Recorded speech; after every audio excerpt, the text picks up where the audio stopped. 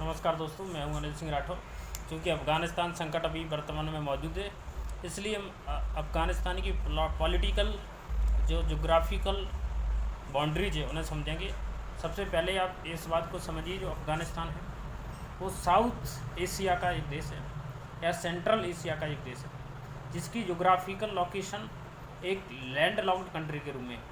यानी अफ़गानिस्तान की सीमा किसी भी समुद्र के साथ, किसी भी महासागर के साथ नहीं लगती, बल्कि यह जो देश है वो पूरी तरह से लैंड लॉक्ड है, जिसे आप इस मैप में देख भी सकते हैं। ये ब्रिटेन का मैप है, ऑफिशियल मैप है। अब आपको ये समझना है जो अफ़गानिस्तान है वो इतना महत्वपूर्ण क्यों है।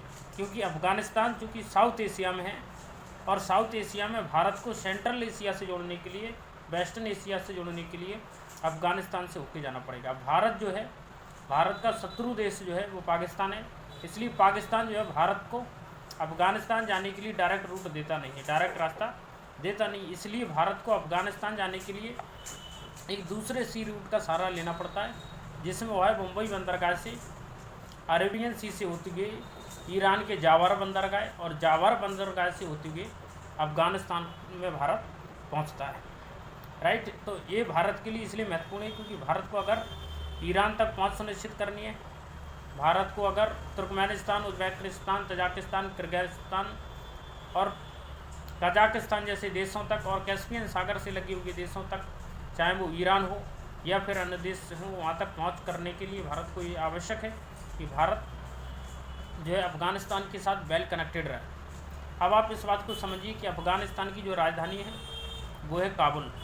काबुल इंटरनेशनल एयरपोर्ट है, जहाँ से ऑपरेशन देवी शक्ति के तहत भारतीयों को इवैक्यूएट किया गया है। अब आप इस बात को समझिए कि अफ़गानिस्तान की सीमा किन किन देशों के साथ लगती है। तो सबसे बड़ी और महत्वपूर्ण जो सीमा है वो है ईरान के साथ। तो नंबर 1 ईरान हो गया, दूसरा देश है तुर्कमेनिस्तान, तीसरा उज़्बेकिस्तान, यानी उज़्बेकिस्तान के साथ भी उसकी सीमा लगती है, उज़्बेकिस्तान।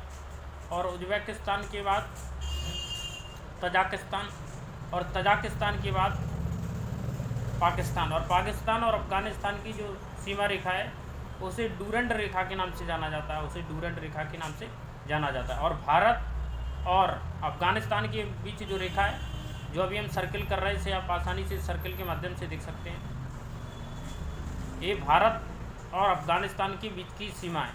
और भारत का जो क्षेत्र है, जो कि अभी पाक ऑक्युपाइड कश्मीर, पाकिस्तान अधिकृत कश्मीर के रूप में जाना जाता है, उसकी 106 यानी 106 किलोमीटर की सीमा भारत की अफ़गानिस्तान के साथ लगती है।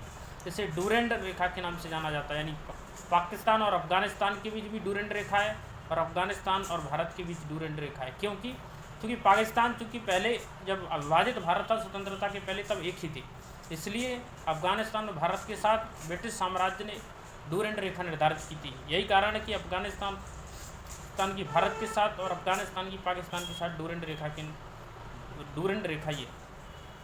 राइट, तो आपको इस बात को समझना है। और आप इस यहाँ पर देखिए कि जहाँ भारत की सीमा अफ़गानिस्तान से लग रही है, वहीं पर चीन की सीमा भी उसके पास में ही है बिल्कुल। इसका मतलब है कि चीनी दृष्टि से भी अफ़गानिस्तान भारत के लिए महत्वपूर्ण है। यदि चीन का अफ़गानिस्तान में प्रभाव बढ़ेगा तो स्वाभाविक रूप से भारत की पश्चिम एशिया और सेंट्रल एशिया से कनेक्टिविटी प्रभावित होगी, क्योंकि चीन ने यहाँ पाकिस्तान में ग्वादर पोर्ट निर्मित किया है, जो कि भारत के ईरान के जब्बर पोर्ट जो है उसके बहुत ही करीब है, जो कि एक स्ट्रेटेजिकल पॉइंट ऑफ व्यू से, सामरिक दृष्टि से अत्यंत महत्वपूर्ण है। तो इसमें आपने अफ़गानिस्तान की पॉलिटिकल बाउंड्रीज को जाना। अब हम अफ़गानिस्तान के मेजर जो लिंग्विस्टिक कंपोजिशन है उसे समझेंगे। यानी कि अफ़गानिस्तान के अंतर्गत जो निर्जातीय समूह हैं, एथनिक कंपोजिशन है, कौन कौन है, इसमें आपको मुख्य रूप से जो देखने को मिलेंगे वो है आपके पश्तून, तजाक, उज़्बेक, और इसके अलावा आपको देखने को मिलेंगे चार, अरैक, तुर्कमैन और अदर्स। ये कंपोजिशन, इसमें सबसे बड़ा है वो है पश्तून, यानी कि सबसे बड़ी जो एथनिक कम्युनिटी है अफ़गानिस्तान को देखने को मिलेगी पश्तून। पश्तून के बाद दूसरे नंबर पे आपको तजिक देखने को मिलेंगे। तो सबसे बड़ा पश्तून, दूसरे नंबर पर है तजिक। इसके अलावा कुछ डेटा और देखेंगे। ये तो मस्जिद अफ़गानिस्तान की रिलीजियस एफिलिएशन क्या है, यानी कि रिलीजियस समुदाय यदि अफ़गानिस्तान में देखा जाए तो कौन कौन सा है, इसे आप देखिए। रिलीजियस समुदाय के रूप में अगर बात करें तो सुन्नी मुस्लिम एक बड़ी आबादी पर, यानी 80% क्षेत्र पर आपको अफ़गानिस्तान में सुन्नी मुस्लिम देखने को मिलेंगे, और जो शिया मुस्लिम है वो केवल 19% क्षेत्र पर देखने को मिलेंगे। यानी एक अफ़गानिस्तान की अगर बात करा जाए तो सुन्नी मुस्लिम बहुल क्षेत्र है। अदर यानी कि जैसे हिंदू हैं, सिख हैं, जैन हैं, या फिर अन्य जो लोग हैं अमेरिकन है या फिर अदर कंट्री से आए लोग हैं, वो बहुत ही कम है। सर्वाधिक मात्रा में सुन्नी मुस्लिम दिखेंगे। दूसरे नंबर पर कम्युनिटी आपको शिया मुस्लिम देखने को मिलेगी। इसके अलावा कुछ चीज़ें और हैं जो आपको देखने की ज़रूरत है यहाँ पे। अफ़गानिस्तान अर्बन रूरल एरिया में क्या अंतर है, इससे अफ़गानिस्तान की डेवलपमेंट के बारे में पता चलेगा। अफ़गानिस्तान के अंतर्गत अगर आप देखेंगे तो रूरल क्षेत्र देखें, अफ़गानिस्तान के अंदर आप देखोगे तो रूरल क्षेत्र देखें, रूरल क्षेत्र के अंतर्गत अगर बात की जाए तो अफ़गानिस्तान में जो है 75% से ज़्यादा रूरल एरिया है, यानी ग्रामीण क्षेत्र। अर्बन क्षेत्र केवल आपको 25% यानी 24-25% के आसपास देखने को मिलेगा। यानी आर्थिक पिछड़ापन, राजनीतिक पिछड़ापन, शिक्षा की बुरी स्थिति एवं लोगों का कमज़ोर एवं गरीब होना, उनकी मूलभूत आवश्यकताएं भी पूरी ना होना, और ग्रामीण परिदृश्य और निर्यातीय स्थिति का होना ही अफ़गानिस्तान में आतंकवाद का प्रमुख कारण रहा है। ये बात सही है कि जो अफ़गानिस्तान में आज आतंकवाद है वो पाकिस्तान और अमेरिका के द्वारा पोषित आतंकवाद है। अफ़गानिस्तान एज ब्रेकडाउन, अब आप अफ़गानिस्तान की एज ब्रेकडाउन देखिए, यानी अफ़गानिस्तान में जो एज है वो किस रूप में आपको देखने को मिलेगी। अफ़गानिस्तान में 47% जो है 15 साल से कम उम्र के लोग हैं, और 15 से 29 वर्ष की उम्र के जो 27% लोग हैं, और 30 से 44 वर्ष की उम्र के 13% लोग हैं। यानी कि 15 से 29 वर्ष के जो लोग हैं वो 47%। यानी अफ़गानिस्तान एक जवान देश है, लेकिन बावजूद उसके ह्यूमन रिसोर्स होने के कारण, मानव कैपिटल होने के कारण भी, होने के बावजूद भी अफ़गानिस्तान जो है प्रगति नहीं कर सका। उसका मुख्य कारण यही है कि अफ़गानिस्तान में तालिबान जैसे आतंकवादी समूहों का नियंत्रण है। अफ़गानिस्तान में अगर मेजर इंपोर्ट सोर्स देखा जाए कि कौन कौन से सोर्स का अफ़गानिस्तान इंपोर्ट करता है और किस देश के साथ इंपोर्ट करता है, तो अफ़गानिस्तान का जो है सर्वाधिक इंपोर्ट आपको जो देखने को मिलेगा वो 35% चाइना का। यानी आप देख सकते हो कि चाइना ने जो वर्ल्ड मार्केट पर जो है कब्जा कर रखा है।